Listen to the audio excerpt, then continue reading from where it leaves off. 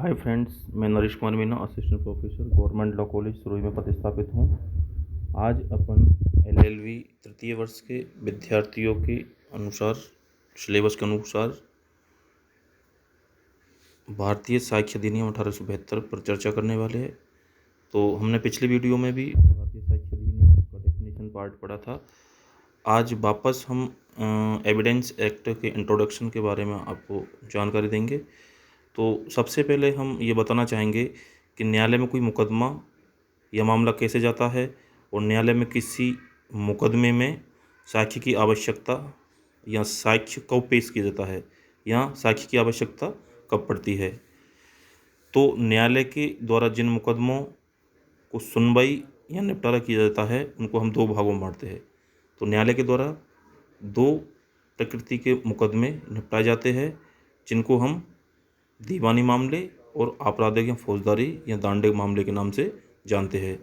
तो दीवानी मामले न्यायालय में कैसे आते हैं और किसी मामले की किस अवस्था पर न्यायालय को साक्ष्य की जरूरत या आवश्यकता होती है। तो दीवानी मामले या सिविल प्रकृति के जो मामले होते हैं वो न्यायालय में कैसे पहुंचते हैं और न्यायालय में जब दीवानी मामले दायर कर दिए जाते हैं तो उसके बाद में किस अवस्था पर साक्ष्य की आवश्यकता पड़ती है। तो सबसे पहले अपन देखेंगे कि दीवानी मामले की जो आधारशिला होती है तो दीवानी अधिकार, तो सिविल राइट्स होते हैं। तो सीपीसी धारा 9 के अनुसार जब तक विधि के द्वारा प्रत्यक्ष या गर्भित रूप से वर्जित नहीं कर दिया गया हो, एक दीवानी न्यायालय सभी प्रकार के दीवानी मामलों की सुनवाई व उसका निपटारा कर सकता है। तो दीवानी वे अधिकार होते हैं जो या तो सामान्य विधि के द्वारा प्रदत्त हो या विधि के द्वारा दीवानी अधिकार के रूप में मान्यता प्राप्त हो। तो राजस्व के मामले, श्रम विधियां संबंधी मामले व कर विधि संबंधी मामले आदि दीवानी मामले हैं, परंतु उनको सामान्य दीवानी न्यायालयों द्वारा न सुना जाकर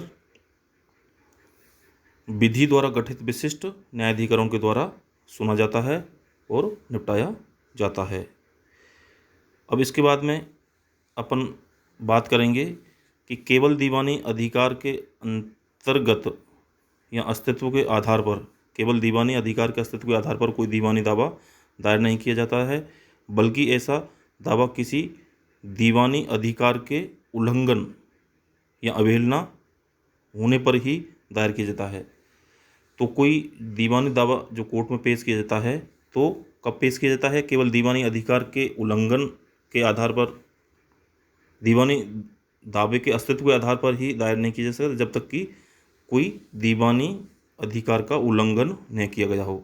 तो कोई दीवानी दावा तभी संस्थित किया जा सकता है जब बाध हेतुक या बाध कारण उत्पन्न हो जाए। तो बाध हेतुक क्या है? बाध हेतुक प्रतिवादी का ऐसा कार्य या कार्यलोप अथवा भूल या चूक जो पीड़ित को दावा दायर करने का अधिकार प्रदान करे, बाध हेतुक कहलाता है। तो बाधे उत्पन्न होने पर दीवानी दावा संस्थित किया जा सकता है, पर ऐसा दावा विहित परिसीमा अवधि के भीतर ही दायर किया जाना चाहिए। तो लिमिटेशन एक्ट के धारा 1963, लिमिटेशन एक्ट परिसीमा अधिनियम 1963 के सेक्शन 3 के अनुसार अगर कोई दावा या वाद मर्यादा अवधि के अवसान के पश्चात दायर किया जाता है तो ऐसा दावा खारिज कर दिया जाएगा या न्यायालय ऐसे दावे का ग्रहण नहीं करेगा, चाहे प्रतिपक्षी ने उस बिंदु पर आपेक्ष किया हो या नहीं। ऐसे मामलों न्यायालय ऐसे दावे को लिमिटेशन एक्ट की धारा 5 द्वारा लागू नहीं होगा, क्योंकि जो नियम दिया गया है वह केवल आवेदनों एवं के संबंध में लागू होता है, दावे व वादों के संबंध में लागू नहीं होता है। तो ऐसा दावा किस न्यायालय में संस्थित किया जा सकता है या ऐसा दावा किस सक्षम न्यायालय में दायर किया जाएगा? तो सबसे पहले अपन चर्चा करेंगे ऐसा सक्षम न्यायालय कौन सा होगा। तो सीपीसी की धारा 15 के अनुसार कि कोई भी दीवानी दावा क्षेत्राधिकार रखने वाले निम्नतम लोअरेस्ट न्यायालय में दायर किया जा सकता है। तो ऐसा क्षेत्राधिकार किन आधारों पर तय किया जाता है। तो क्षेत्राधिकार मूल रूप से दो बातों पर तय किया जाता है। एक तो दावे की विषय वस्तु, सब्जेक्ट ऑफ मैटर, या बाद के मूल्य के आधार पर सामान्यतः इसे आर्थिक क्षेत्राधिकार के नाम से जानते हैं। तो जो सिविल कोर्ट्स का जो आर्थिक क्षेत्राधिकार है उसे हम तीन भागों में बांट सकते हैं। जैसे कि 25,000 तक के मामले सिविल न्यायालय कनिष्ठ खंड में दायर किए जाएंगे और 25 से 50,000 तक के मामले सिविल न्यायालय वरिष्ठ खंड में दायर किए जाएंगे और 50,000 से अधिक के मामले जिला न्यायालय में दायर किए जाएंगे। अब विषय वस्तु के आधार पर व प्रतिवादी की स्थिति के आधार पर सामान्यतः स्थानीय क्षेत्राधिकार के नाम से जाना जाता है, जो सीपीसी के सेक्शन 15 से 20 के अंतर्गत स्थान के बारे में सिद्धांत दिए गए हैं। तो कोई दावा या मुकदमा संस्थित कैसे किया जाता है। अब प्रश्न ये उठता है कि कोई मुकदमा या दावा कैसे संस्थित किया जाता है। तो सीपीसी के सेक्शन 26 यह बताता है कि कोई दावा न्यायालय में वाद पत्र पेश करके अथवा किसी अन्य तरीके से जो विधि द्वारा विहित किया जाए संस्थित किया जा सकता है। तो वाद पत्र, आवेदन या याचिका हमेशा लिखित होते हैं। तो वाद पत्र या कोई आवेदन कैसे लिखा जाता है या कैसे तैयार किया जाता है। तो वाद पत्र की रचना अभिवचनों के सिद्धांतों के आधार पर की जाती है। सीपीसी सेक्शन 26(2) के अनुसार न्यायालय में कोई भी वाद पत्र 2 प्रतियों में प्रस्तुत किया जाएगा। वादी को चाहिए कि वह वाद पत्र के साथ उन दस्तावेजों को भी पेश कर दे जिनके आधार पर उसका मामला टिका हुआ हो। अब इसके बाद में प्रश्न यह उठता है कि जब सक्षम न्यायालय में दावा या वाद पत्र एवं उससे संबंधित दस्तावेजों को पेश करके दावा दायर कर दिया जाता है तो न्यायालय सीपीसी सेक्शन 27 के अनुसार प्रतिपक्ष के नाम पर समन जारी करेगा और समन के साथ में वाद पत्र की एक प्रति भी संलग्न की जाएगी। तो न्यायालय द्वारा प्रतिवादी के नाम जो समन जारी किया जाता है तो उसकी तामील सेक्शन 27 सीपीसी और ऑर्डर 5 के मुताबिक की जाएगी। तो जो समन प्रतिवादी या प्रतिवादियों के नाम जारी किए जाते हैं उसमें उसको या उनको आदेश दिया जाता है कि वे अपना जवाब दावा या लिखित कथन विहित अवधि में के भीतर पेश करें। इस पर प्रतिवादी द्वारा जवाब दावा या लिखित कथन तैयार किया जाता है।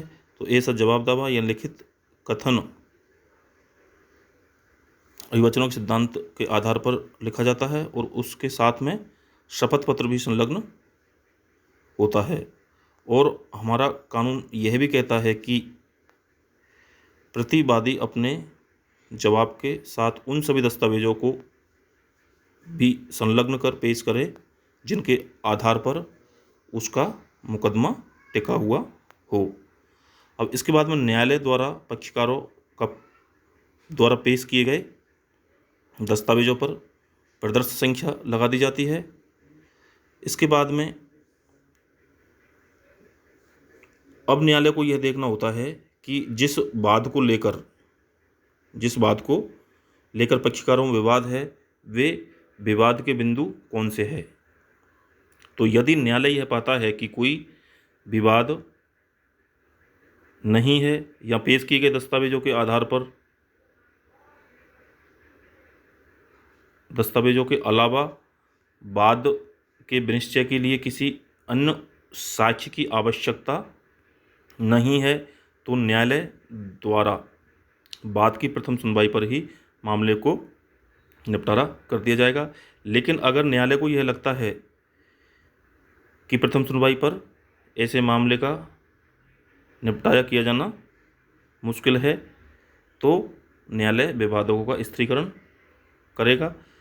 इसके बाद में किसी दीवानी मामले में विवादक क्या है, तो विवादक वाद के पक्षकारों के मध्य विवाद के वे मूल बिंदु होते हैं जिन पर साक्ष्य लिया जाता है या साक्ष्य दिया जाता है, जिन पर न्यायालय अपना निर्णय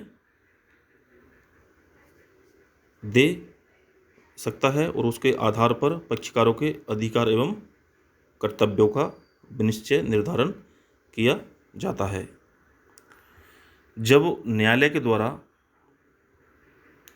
विवादकों को स्थिर कर दिया जाता है तो अब साक्ष्य की शुरुआत होती है या साक्ष्य पेश किया। सामान्यतः ऐसा साक्ष्य प्रस्तुत करने की शुरुआत वादी करता है, क्योंकि सामान्यतः वादी पर सबूत का भार रहता है। तो वर्डन ऑफ प्रूफ जो है वो हमेशा वादी पर होता है। अब वादी को यह साबित करना है कि उसका मामला जो है इस कोर्ट के अंतर्गत आता है। तो इस संबंध में अपन कह सकते हैं कि न्यायालय में जो साक्ष्य पेश की जाती है वो किस स्टेज पर की जाती है और उसका कब उपयोग किया जाता है। अब इसके बाद में ये तो सिविल प्रकृति के मामलों की बात है। अब इसके बाद में अपन आपराधिक या दीवानी मामले को न्यायालय में किस तरह से दायर किया जाता है, तो दांडिक मामलों या सामने कैसे पहुंचते हैं, कोर्ट में कैसे पहुंचते हैं, इसके बारे में अपन चर्चा करेंगे। जिस तरह की दांडिक मामले न्यायालय में जाते हैं उनको दो भागों में बांट सकते हैं, एक तो एफआईआर वाले मामले और एक परिवाद वाले मामले।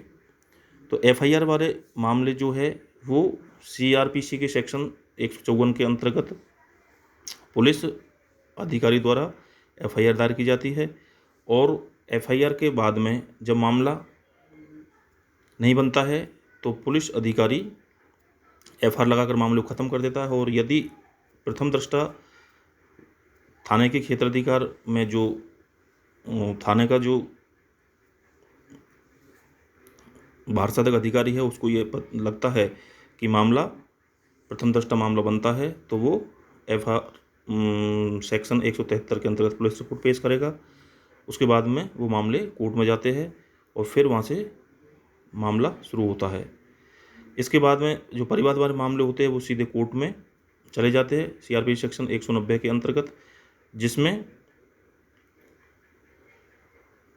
यदि मामला बनता है तो मामले को आगे कार्रवाई होगी और यदि मामला परिवाद नहीं बनता है तो परिवाद को खारिज कर दिया जाएगा। तो उसके बाद में दीवानी मामलों में और आपराधिक मामलों में साक्ष्य की आवश्यकता पड़ती है। ऐसे मामलों में साक्ष्य की आवश्यकता पड़ती है। तो आज अपन इस विषय को यहीं ख़त्म करते हैं और नेक्स्ट वीडियोज़ में अपन आगे दूसरे विषय पर चर्चा करेंगे। Thank you.